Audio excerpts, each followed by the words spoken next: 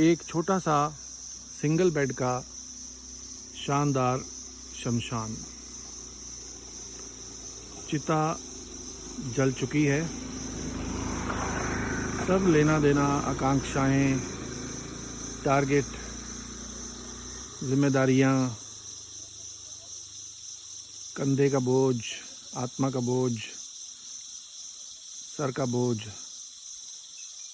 सब धुएं में मिलता हुआ। आगे आप लोग सब समझदार हैं। धन्यवाद।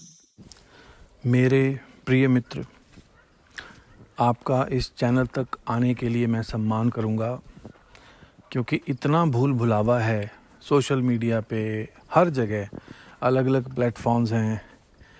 रही सही कसर कुछ टिकटॉक ने भी पूरी की हुई है। तो आप उससे समय निकालकर, उस सब आकर्षण से समय निकालकर आप इस चैनल तक पहुँचे हैं, जहाँ पे आपको सीधी सच्ची खरी बात सुनने को मिल सकती है। और आपने इसका चुनाव किया कि आप ये बात सुनेंगे। इसके लिए मैं आपके लिए करतल ध्वनि करता हूँ। तो काम की बात ये मित्रों कि वहाँ पर एक छोटा सा, मैं आपको वीडियो कोशिश करूँगा कि इस ऑडियो के साथ वो छोटा सा 35 सेकंड का एक वीडियो है जो मैं साथ के साथ YouTube पे डाल सकूँगा शायद।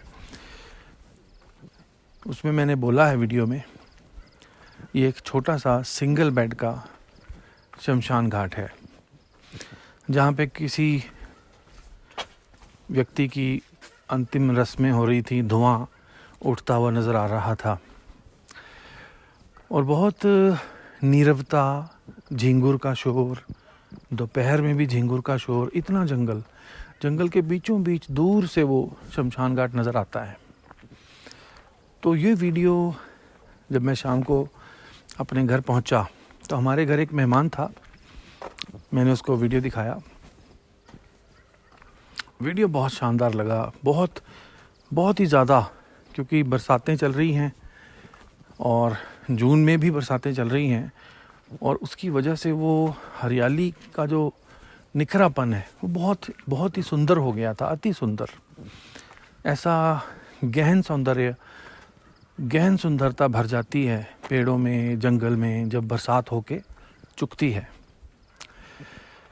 तो वीडियो देखते ही, जैसा कि आमतौर पे मैं पूरे संसार के सभी, लगभग सभी 99% मैं इसको कहूँगा, 99% व्यक्ति इससे एक कदम पीछे हटा लेते हैं। देखते ही उनको धक्का पहुँचता है और ज़रा पीछे हो जाते हैं वो। तो एक मेहमान जिसकी मैं बात कर रहा था, उसने भी कहा कि आप तो डरा रहे हैं। आप क्यों डरा रहे हैं मुझे? मतलब आप क्या डराना चाहते हैं? तो इसी पे मैं कुछ कहने की मुझे ख्याल हुआ। कहना सिर्फ ये मित्रों कि आपको ये जागृति रखनी ही होगी और कोई उपाय नहीं आपके पास। अगर आप ये जागृति नहीं रखेंगे कि आपके चारों तरफ जो सिस्टम है, जो सोशल स्ट्रक्चर है, हमारी जो सामाजिक व्यवस्था है, सामाजिक और पारिवारिक जो व्यवस्था है, उस व्यवस्था में आपके पास ऐसा मौका ही नहीं है कि आप इस चीज़ के लिए जाग सकें कि कभी भी आपको जाना पड़ सकता है। मुझे नहीं मालूम उस सिंगल बेड शमशान घाट में जो लेटा हुआ जल रहा था, जो शायद एक दिन पहले सपने सजा रहा होगा कुछ, वो बच्चा था, बुजुर्ग था या युवा था, मुझे नहीं मालूम। लेकिन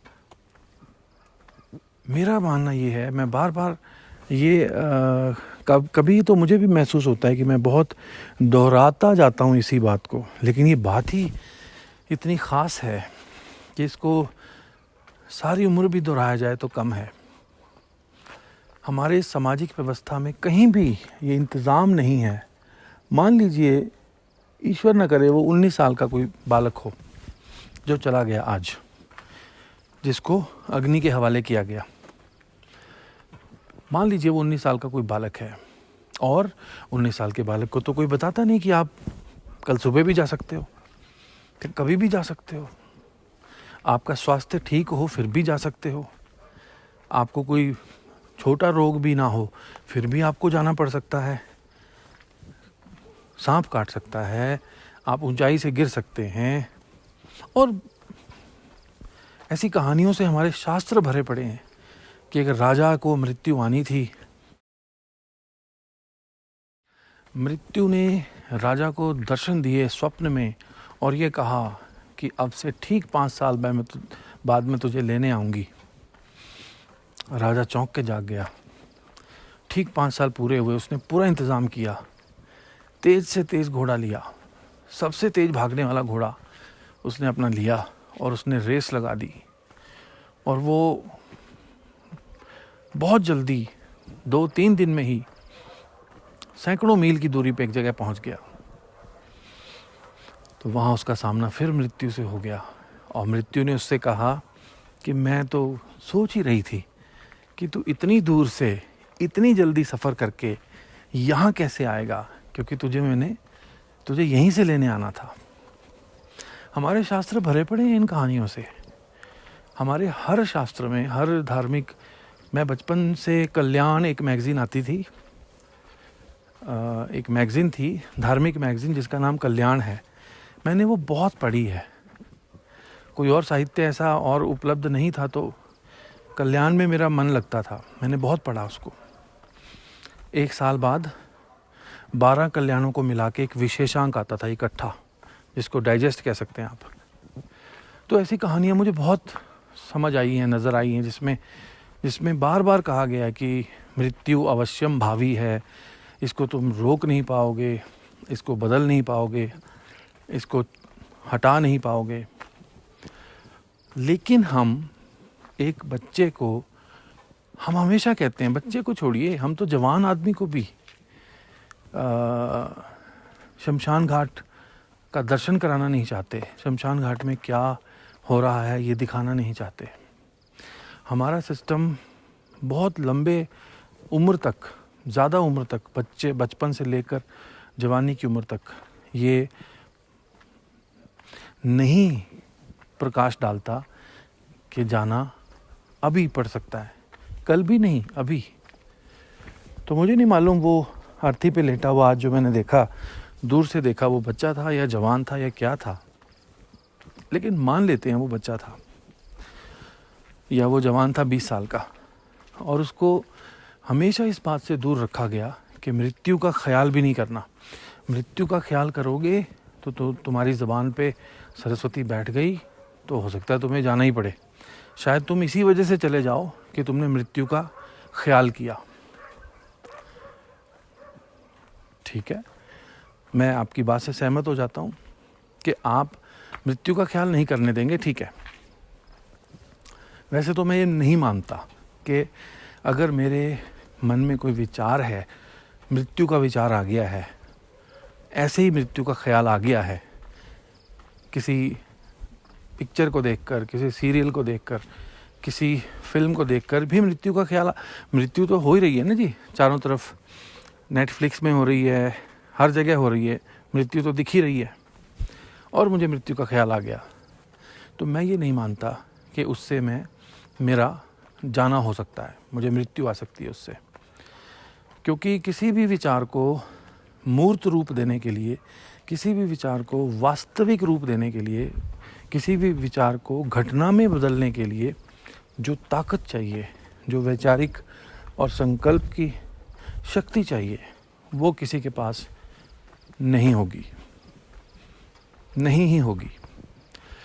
पर फिर भी मान लेते हैं कि आपकी बात पे चल के हमने उस 20 साल के नौजवान को कभी मृत्यु का दर्शन नहीं होने दिया, मृत्यु की चर्चा नहीं होने दी। अब उसको अचानक जाना पड़ा। अब कौन जिम्मेवारी लेगा कि उसके पास दोबारा ये मनुष्य शरीर कब मिलेगा? वो दोबारा इस मौके को, इस परम सुंदर पृथ्वी के रिजॉर्ट पे आने को कब प्राप्त कर पाएगा?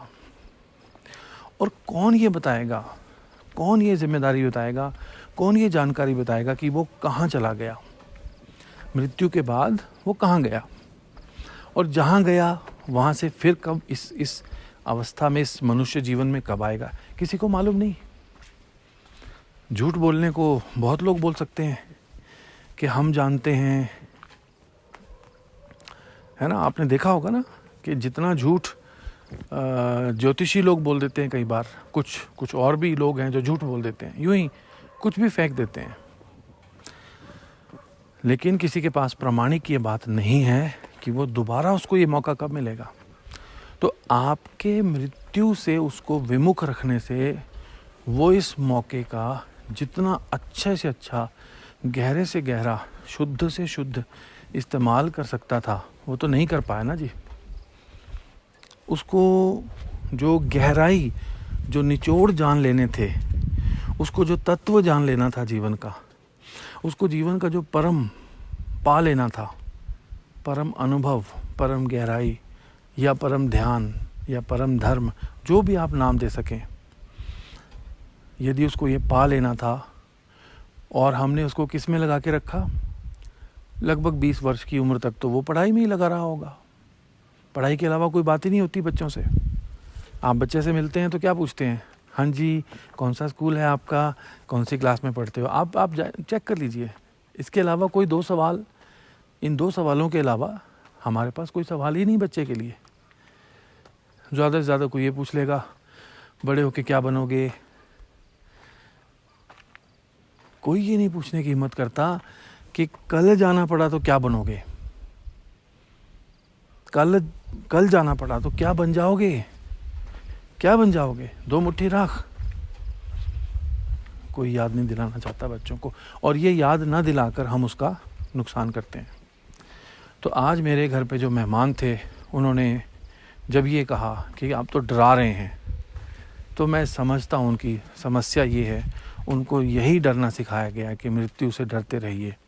और मृत्यु से डरने का मित्रों कुल कारण इतना ही है कि जीवन में कुछ ऐसा नहीं पा लिया गया है जिसको पाकर मृत्यु का डर अगर ख़त्म ना हो जाए तो कम तो हो जाए। कम से कम जितना आप जीवन में हासिल कर लेंगे, जितनी आप भीतर की अमीरी हासिल कर लेंगे, जितना आप अंदर रिच होते जाएंगे, जितना आपके अनुभव गहराते जाएंगे, जितना आपका आनंद का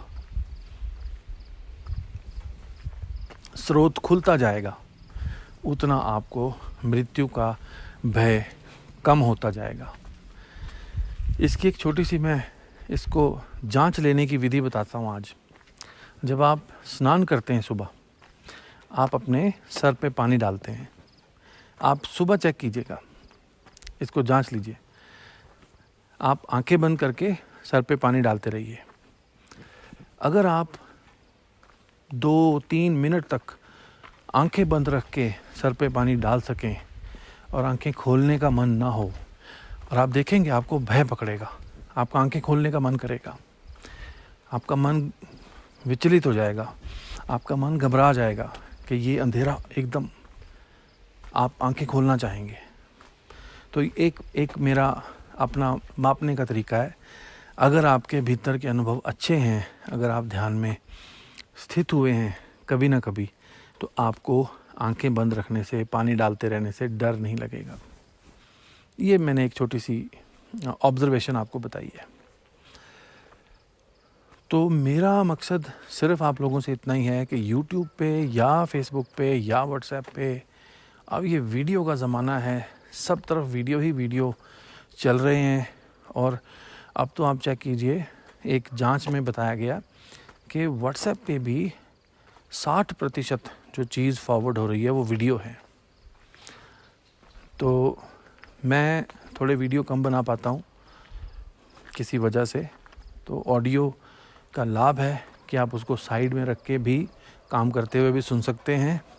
हालांकि मैं हमेशा राय दूंगा, अपील करूंगा कि काम की बात जो है, तत्व की बात, जो गहरी बात है, और मैं हैरान होता हूँ इस बात पे मित्रों कि ये किताबों में लिखी हुई बात है। इसमें आज ही उसी मित्र से जो हमारे घर मेहमान थे, उनसे ही फिर उसके बाद बात चली, तो मुझे जवाब तो देना ही पड़ा फिर। तो मैंने उनको गौतम बुद्ध की कहानी सुनाई। गौतम बुद्ध को जीवन के प्रथम 20 वर्ष ऐसे रखा गया था कि वो पेड़ का पत्ता भी पीला ना देख पाए। मृत्यु का, क्षरण का, क्षय का, काल का, समय के बीत जाने का उनको कोई एहसास ना दिया जाए, ऐसा प्रबंध उनके राजा पिता ने किया था। और मैं हैरान था कि मेरे उस मित्र ने ये कहानी नहीं सुनी थी, जबकि ये कहानी हमारे पाठ्यक्रम में शामिल थी। स्कूल में हमने ये कहानी, बुद्ध के संन्यास घटने की कहानी, बुद्ध को संन्यास कैसे घटित हुआ। उन्होंने एक वृद्ध आदमी को देखा, कमर दोहरी हो गई थी। अपने रथ चालक से पूछा, ये कौन है, इसको हुआ क्या? तो उन्होंने कहा, जी ये बूढ़ा हो गया है। तो बुद्ध ने पूछा, मतलब गौतम ने पूछा, राजकुमार गौतम ने पूछा, बुद्ध तो बाद में हुए, कि इसको कोई रोग हो गया है क्या? रथ चालक ने कहा, जी नहीं, कोई रोग नहीं हुआ है, इसकी आयु हो गई है, इसकी आयु ही ऐसी है कि ये वृद्ध हो गया है। तो इसका मतलब राजकुमार गौतम को एकदम समझ में आया कि वृद्धावस्था सबसे बड़ा रोग है। आदमी का शरीर समय के अधीन है, समय सबको निगल जाता है। और फिर उन्होंने एक अर्थी देखी, अर्थी से ही उनको संन्यास घटित हुआ, संन्यास घटा, संन्यास उठा अर्थी देखकर कि यह व्यक्ति को क्या, कहाँ लेके जा रहे हैं। रथ वाले ने कहा, राजकुमार, इसको, ये मृत्यु को प्राप्त हो गया, ये मर गया है। मर गया मतलब इसकी जान चली गई है। जान चली गई है मतलब इसके जान प्राण निकल गए हैं। अब ये निर्जीव है, हिल नहीं सकता, मर गया है, इसको जलाएंगे। अब ये घटना, ये बात बुद्ध ने, गौतम ने, राजकुमार ने पहली बार सुनी। और उसने कहा कि अब मैं जहाँ जा रहा हूँ वहाँ नहीं जाऊँगा, वापस ले चलो। उसको इतनी चोट, इतना सदमा पहुँच गया कि सन्यास की घटना घट गई। और आज अगर आप देखते हैं, एक उदाहरण बताइए पूरे संसार के इतिहास में, एक बुद्ध पुरुष का उदाहरण बताइए जिसकी वजह से अशोक जैसे क्रूर और युद्धपरक राजा, युद्धों में निष्णात राजा, युद्धों का लालची राजा, युद्धों का भूखा राजा, जिस संत की वजह से राजपाट छोड़ के चरणों में आ गया, ऐसा उदाहरण आपको कहीं नहीं मिलेगा। इसीलिए धर्मशाला जो एक शहर है हिमाचल में, उसके ऊपर जो जगह है दलाई लामा का, जहाँ मंदिर है मैक्लोडगंज, वहाँ इतने ज़्यादा विदेशी व्यक्ति आने का कारण यही है।